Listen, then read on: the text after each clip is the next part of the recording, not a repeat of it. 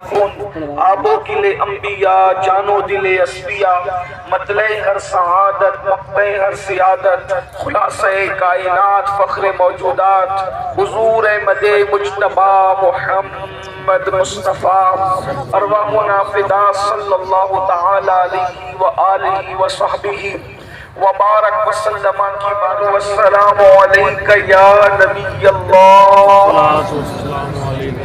الصلاة والسلام علیکہ یا حبیب اللہ وعلا آلکہ واصحابکہ یا نور اللہ صلی اللہ تعالی علیہ وسلم۔ نعمتیں بانٹتا جس سمت وہ ذیشان گیا، ساتھ ہی منشی رحمت کا قلم دان گیا، لے خبر جلد کے غیروں کی طرف دھیان گیا، میرے مولا میرے آقا تیرے قربان گیا، آہ وہ آہ کے ناکام تمنا ہی رہی، آئے وہ دل جو تیرے در سے پر ارمان گیا، دل ہے وہ دل جو تیری یاد سے معمور رہا، سر ہے وہ سر جو تیرے قدموں پہ قربان گیا، انہیں جانا انہیں مانا نہ رکھا غیر سے کام، انہیں جانا انہیں مانا نہ رکھا غیر سے کام، للہ الحمد میں دنیا سے مسلمان گیا۔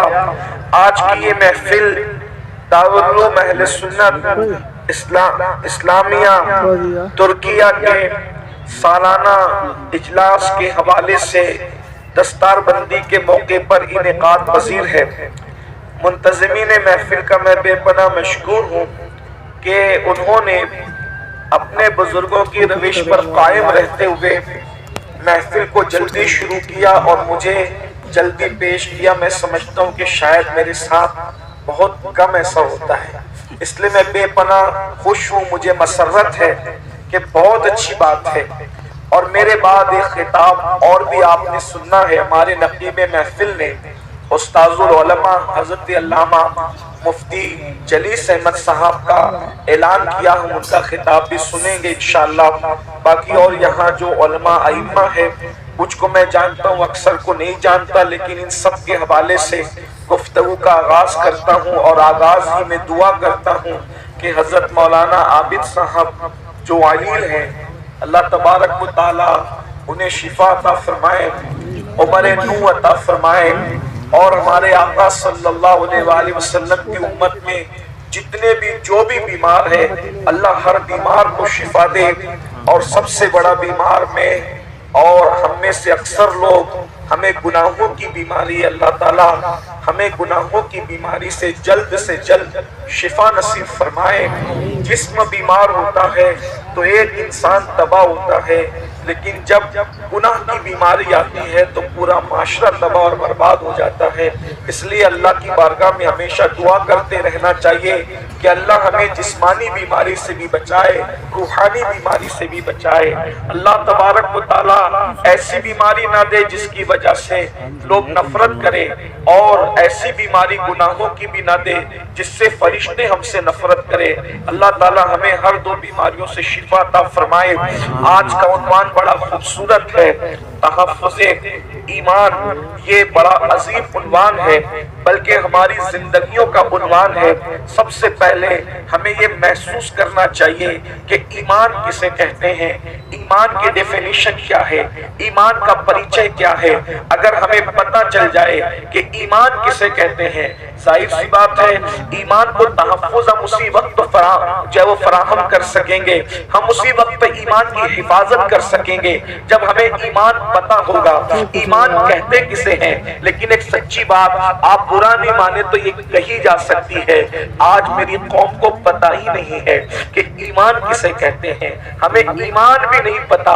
جس قوم کو ایمان نہیں پتا وہ قوم اپنے ایمان کی حفاظت کیسے کرے گی؟ اتنا بڑا المیہ ہے کہ اللہ کے بارے میں کیا عقیدہ رکھنا چاہیے ہماری نئی نسل کو نہیں پتا ہے، رسول اللہ کے بارے میں عقائد کیا ہونا چاہیے ہماری نئی نسل کو نہیں پتا ہے، آخرت کے بارے میں کیا عقیدہ ہونا چاہیے، ہماری نسل کو نہیں پتا ہے۔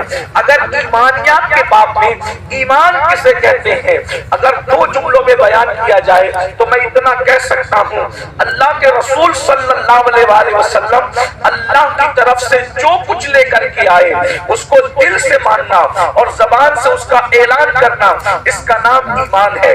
دل سے ماننا اور زبان سے اعلان کرنا، اقرار کرنا، اس کا نام ایمان ہے۔ حضور جو کچھ لے کر کے آئے، اپنی عقل کا گھوڑا نہیں دوڑانا، حضور جو کچھ لے کر آئے ہمیں ماننا ہے۔ اور یاد رکھنا ایمان کی طاقت کیا ہے، ایمان کی قوت کیا ہے۔ بڑی بڑی طاقتیں، ہتھیار کی طاقتیں جس کے سامنے سجدہ ریز ہے اسے ایمان کہتے ہیں۔ ایمان کتنا پاورفل ہے، ایمان کتنا عظیم ہے، یہ ایمان ہی ہے۔ جب ایمان کسی قوم کو نصیب ہو جاتا ہے تو عرب کے بوریا نشین کیسر و کسرا کے تاجدار بن جاتے ہیں۔ ایمان جب ہو جاتا ہے، ایمان جب کسی کو نصیب ہو جاتا ہے تو اللہ اکبر، وہ لوگ جو نمک اور کافور میں فرق نہیں کر پاتے تھے وہ آسمان ہدایت کے تارے بن جاتے ہیں۔ ایمان جب کسی قوم کو نصیب ہو جاتا ہے تو بحر ظلمات میں وہ گھوڑے دوڑاتے ہیں تو گھوڑوں کی ٹاپیں بھی اللہ اکبر پانی سے بھیگتی نظر نہیں آتی۔ اسی لیے تو اقبال نے کہا تھا کہ اذانے کبھی یورپ کے کلیساؤں میں اور افریقہ کے ڈھکتے ہوئے صحراؤں میں دشت و دشت ہے، دریا بھی نہ چھوڑے ہم نے، بحر ظلمات میں دوڑا دیے گھوڑے ہم نے۔ ایمان کیا ہے؟ اللہ اکبر، ایمان اتنی عظیم طاقت ہے کہ فرشتے بھی ایمان والوں کو رشک کی نگاہ سے دیکھتے ہیں۔ ایمان اتنی عظیم قوت ہے کہ اللہ اکبر، دیوان گانے عشق محمد کو دیکھ کر گھبرا گئی ہے گردشیں دورہ، کبھی کبھی گردن میں ہاتھ ڈالے ہیں ماحول نجوم نے گزرا ان حدوں سے مسلمان، کبھی کبھی ایمان کامل نصیب ہو جاتا ہے تو فرشتے باز نیچے رہ جاتے ہیں، مومن کامل کا مرتبہ اس سے بلند ہو جاتا ہے۔ اللہ اکبر، ارے یہ ایمان ہی ہے۔ جب مومن اپنی قبر میں جاتا ہے تو نکیرین اس کی تعظیم کرتے نظر آتے ہیں۔ ایمان والے کی تعظیم صرف زمین کے اوپر نہیں ہوتی بلکہ زمین کے اندر بھی ہوتی ہے۔ نکیرین جس کی تعظیم کرے اس کو مومن کامل کہتے ہیں، میرے امام کہتے ہیں۔ نکیرین کرتے ہیں تعظیم میری، نکیرین کرتے ہیں تعظیم میری، فدا ہو کے تجھ پہ یہ عزت ملی ہے۔ یاد رکھنا ایمان وہ قوت ہے، ایمان والوں سے کبھی کوئی جیت نہیں سکا، ایمان والے کبھی ہارے نہیں۔ قرآن کہتا ہے وَأَنْتُمُ الْعَالَوْنَ إِن كُنْتُم مُؤْمِنِينَ، تمہیں سر بلند ہو، تمہیں کامیاب ہو اگر تم مومن ہو۔ ایمان کو سمجھا کیا ہے؟ ایمان نے کیا کیا پتہ ہے؟ 313 ایمان والوں نے ان 1000 لوگوں کو دھول چٹا دیا۔ اور آپ کو کیا پتہ ایمان کی طاقت کیا ہے؟ جس وقت اللہ نے حضرت انسان کو بنایا تو اس وقت حضرات فرشتوں نے کہا کہ یہ زمین پہ جا کے خون ریزی کریں گے۔ پتا چلا خون بہانا فرشتوں کو پسند نہیں، ان کی عادت کیا ہے؟ صرف تسبیح اور تحلیل کرنا، صرف تسبیح کرنا، تحلیل کرنا، ان کو مارنا پیٹنا پسند نہیں ہے۔ لیکن مومن کی شان کیا ہے؟ جب مومن بدر میں آتا ہے تو فرشتوں کو حکم ہوتا ہے کہ مقام تسبیح اور مصلی چھوڑو، اور جس جنگ سے تمہیں نفرت تھی مومنوں کی اتباع میں جا کر تم بھی جنگ کرنا شروع کرو۔ سبحان اللہ۔ مومن کی شان، ملائکہ آتے ہیں، 5000 ملائکہ بدر میں نازل ہوتے ہیں، قطار در قطار، اور صرف ملائکہ نہیں آتے بلکہ سارے فرشتوں کا جو سردار ہے وہ بھی رسول اللہ کا سپاہی بن کر کے زمین پر آتا ہے۔ مومن کو آپ نے سمجھا کیا ہے؟ مومن کی شان کیا ہے؟ اسی لیے ایمان چھیننے کی کوشش کی جاتی ہے، اور ہمیں مومنوں کو ایمان کی اہمیت ہے۔ ہم اپنے بچے کو تاجر تو بنانا چاہتے ہیں، ہم اپنے بچے کو ڈاکٹر تو بنانا چاہتے ہیں، ہم اپنے بچے کو انجینئر تو بنانا چاہتے ہیں۔ خطیب بنایا، ادیب بنایا، ڈاکٹر بنایا، انجینئر بنایا، ٹیچر بنایا، سب بنایا۔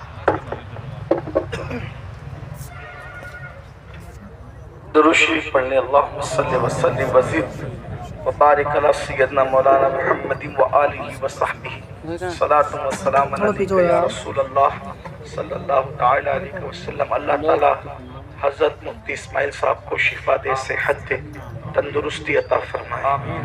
اس حالت میں بھی وہ تشریف لائے ہیں، یہ ہمارے بزرگوں کا خلوص ہے، اخلاص ہے۔ درود شریف ایک بار پڑھیں، میں گفتگو آگے بڑھاتا ہوں۔ رب صلی وسلم دائما ابدا علی حبیبک خیر الخلق کلہم، صلاۃ و سلام علیک یا جد الحسن والحسین وعلی آلک واصحابک یا جد الغوث الثقلین۔ تو ڈاکٹر بنا رہے، ٹیچر بنا رہے، انج سب بنا رہے، انکار نہیں بنائیے۔ دنیا میں ڈاکٹر بننے کا شوق ابھی پیدا ہوا۔ مسلمان اس وقت سائنسی علوم کا انکشاف کر رہے تھے جب لوگ سائنس سے ناواقف تھے۔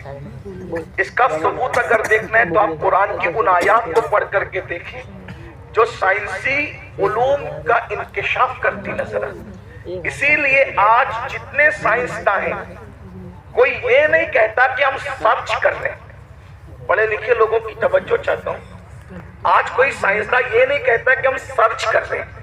ہر سائنسداں کیا کہتا ہے؟ ہم ریسرچ کر رہے ہیں۔ تو ریسرچ کا مطلب کیا ہے؟ پہلے جو سرچ ہو چکا، ریسرچ اسی کا تو ہوتا ہے۔ اس کا مطلب سائنس آج بھی یہ ماننے کو تیار ہے کہ پہلے کسی نے سرچ کیا تھا، اسی کی ریسرچ ہم کر رہے ہیں۔ توجہ فرمائیں۔ تو یہ سرچ کس نے کیا؟ یہ سرچ کس نے کیا؟ آپ قرآن اٹھا کر دیکھیں تو پتا چلے گا ماں کے پیٹ میں بچہ کب کس وقت کس شکل کا ہوتا ہے۔ ہر مذہب خاموش ہے، اگر کوئی جواب دے رہا ہے وہ اسلام ہے اور صرف اسلام ہے۔ سبحان اللہ سے آپ دیکھیں نا، یہ جو سرچ پیش آج لوگ ریسرچ کر رہے ہیں، سرچ تو ہم نے کیا ہے، تلاش تو ہم نے کیا ہے۔ اللہ اکبر۔ اسی طریقے سے فرعون کی ممی کے بارے میں، اس کی لاش جو میوزیم میں پڑی ہوئی ہے، اس کے بارے میں جب پی ایم کیا گیا تو ڈاکٹر اور سائنسداں اس نتیجے پہ پہنچے کہ یہ سمندر میں ڈوب کر کے مرا ہے۔ یہ رپورٹ تھی اس کے پی ایم کی، لیکن سوچا کہ آخر یہ ڈوب کے مرا، سمندر میں ڈوبنے والا باہر کیسے نکل سکتا ہے؟ سارے مذاہب کی کتاب خاموش تھی۔ اسلام نے کہا، قرآن نے کہا کہ ہم نے تیری لاش کو اس لیے بچایا تاکہ ہم تجھے لوگوں کے لیے عبرت بنا دیں۔ دیکھو قرآن بولتا نظر آیا۔ میرے بھائیوں، ایمان کی، اسلام کی عظمت کو سمجھو۔ ہمیں وحدہ لا شریک، خدائے حق، معبود برحق کا پتہ مصطفیٰ جان رحمت نے بتایا، ورنہ کہیں تو حضرت عیسیٰ کی عبادت ہو رہی ہے، کہیں تو حضرت مریم کی عبادت ہو رہی ہے، کہیں تو حضرت عزیر کی عبادت ہو رہی ہے، کہیں تو چاند کی عبادت ہو رہی ہے، کہیں تو سورج کی عبادت ہو رہی ہے، کہیں تو گوبر اور مٹی کی عبادت ہو رہی ہے، کہیں تو درخت اور دریا کی عبادت ہو رہی ہے۔ ارے تم کتنے خوش نصیب ہو کہ تمہیں وہ خدا ملا ہے۔ وہ اور لوگ ہیں دنیا کے اندر جو خدا کو بنا کر پوجتے ہیں۔ لوگوں کا خدا وہ ہے جو لوگ بناتے ہیں، مسلمانوں کا خدا وہ ہے جس نے کل کہہ کر کائنات کو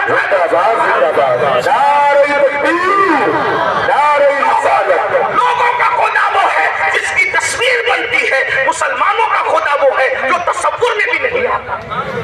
اوروں کا خدا تصویر میں آتا ہے، ہمارا خدا تصور میں بھی نہیں آتا۔ ہمارا خدا اتنا بلند ہے، ارے جو تصور میں نہیں آتا وہ ہمارا خدا ہے۔ اللہ اکبر۔ اور پھر لوگ عظمت کا اندازہ کیا لگائیں جب محمد الرسول اللہ اس کے بنائے ہوئے بندے کی عظمت کی حقیقت کو لوگ نہ جان سکے۔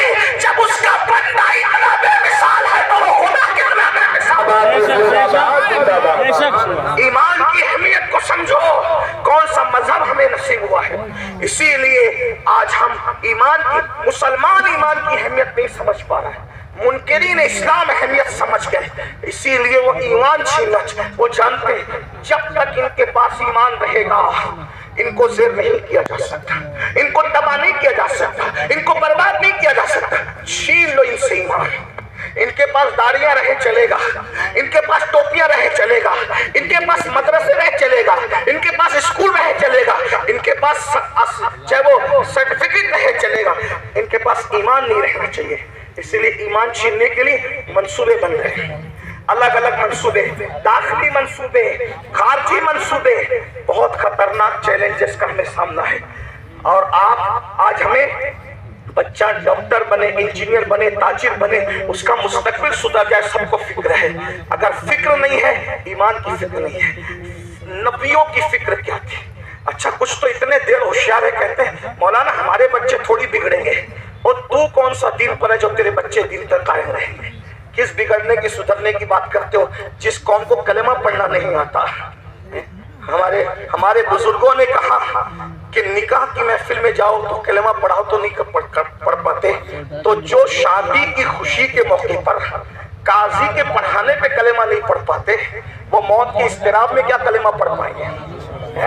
بتائیں نا، آپ کس ایمان کی بات کرتے ہیں؟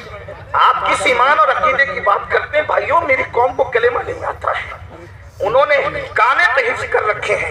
قرآن کی کتنی آیتیں حفظ ہے، ذرا اپنے آپ میں ڈوب کر سوچو۔ میں کوئی ڈانٹ پیٹنے نہیں آیا، آپ کو کوسنے نہیں آیا، لیکن یہ محفلیں احتساب کی محفل ہے، یہ محفلیں جنت بانٹنے کی محفلیں نہیں ہیں۔ میں اس کا قائل نہیں ہوں، اس لیے کہ ہم لوگ فکر رضا کے وارث، فکر رضا ہماری محافظ، ہم وہ لوگ نہیں ہیں کہ اس کو دیکھو اس کو دیکھو جنت ملے گی۔ میں اس کا سخت مخالف ہوں۔ جو قوم غسل جنابت سے نا واقف ہو، تم اس کو کیا جنت بانٹتے ہو؟ بیوقوف بناتے ہو۔ اللہ کو ہمیں منہ نہیں دکھانا ہے، خدا کو کیا بتاؤ تو صحیح۔ جب وہ سن لیں گے کہ مفتی اسماعیل صاحب کے چہرے کو دیکھ کے جنت ملتی ہے، امین القادری کے چہرے کو دیکھ کے جنت ملتی ہے، مفتی جلیل صاحب کے چہرے کو دیکھ کے جنت ملتی ہے، بیوقوف ہے پھر وہ فجر میں اٹھیں گے؟ بیوقوف ہے وہ فجر میں اٹھیں گے؟ نہیں میرے بھائی، ہمیں اپنی قوم پہ اتنا ظلم نہیں کرنا چاہیے۔ جو قوم کلمہ یاد نہ رکھے وہ قوم کیسے جنت میں جائے گی؟ کچھ لوگ ہم سے لڑتے ہیں کہ تو لوگوں کو مایوس کرتا، میں نے کہا میں مایوس نہیں کرتا۔ ہم کیسے مایوس کر سکتے ہیں؟ ہمارے یہاں تو ایمان کی ڈیفینیشن ہی ہے، الایمان بین الخوف والرجاء۔